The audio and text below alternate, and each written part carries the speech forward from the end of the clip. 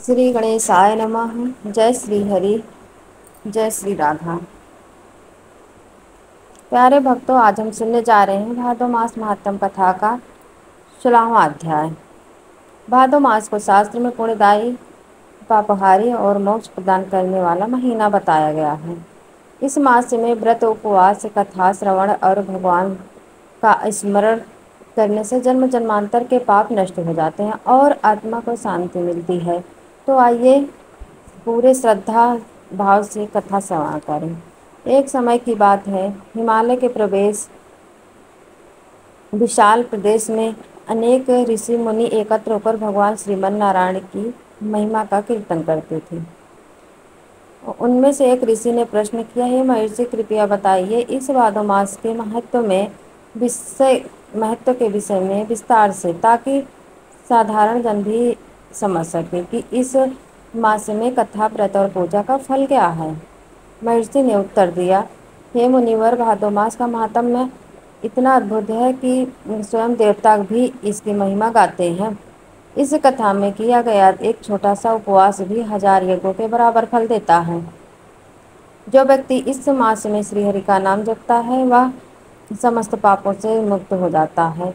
महर्षि ने एक कथा सुनाई। प्राचीन समय में एक नगर में वीरधन्वा नाम का राजा रहता करता था। वह धर्मात्मा था, लेकिन उसके मन में हमेशा एक प्रश्न उठता था कि सच्चा धर्म क्या है और मोक्ष का मार्ग कौन सा है। राजा ने अनेक ऋषियों से यह प्रश्न पूछा, लेकिन किसी ने उसे संतोषजनक उत्तर न दिया।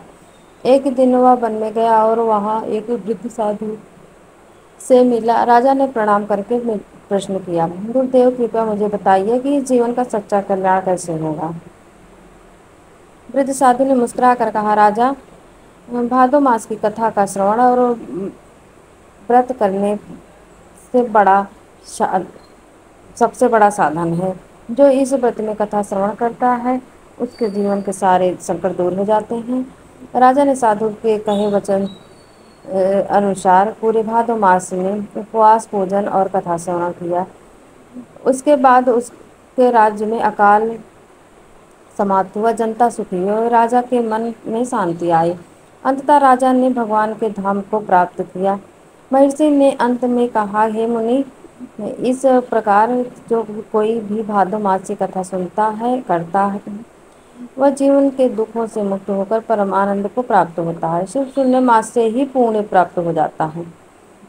भक्तजनों, आपने अभी सुना होगा भादो महात्म्य कथा का 16वां अध्याय। इस कथा से हमें यह शिक्षा मिलती है कि धर्म और भक्ति का पालन करने से जीवन सफल होता है।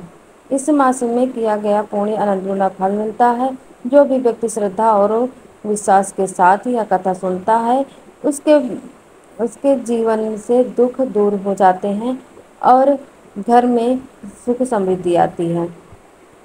इस कथा का श्रवण करने से आप सभी को भगवान श्रीहरि की कृपा प्राप्त हो। अगर आपको यह पवित्र कथा अच्छी लगी हो तो कृपया इस वीडियो को लाइक करें और शेयर करें और चैनल को सब्सक्राइब जरूर करें। आपके सहयोग से भी और पौराणिक कथाएं आप तक पहुंचाएंगे। जय श्री हरि, जय श्री मन नारायण।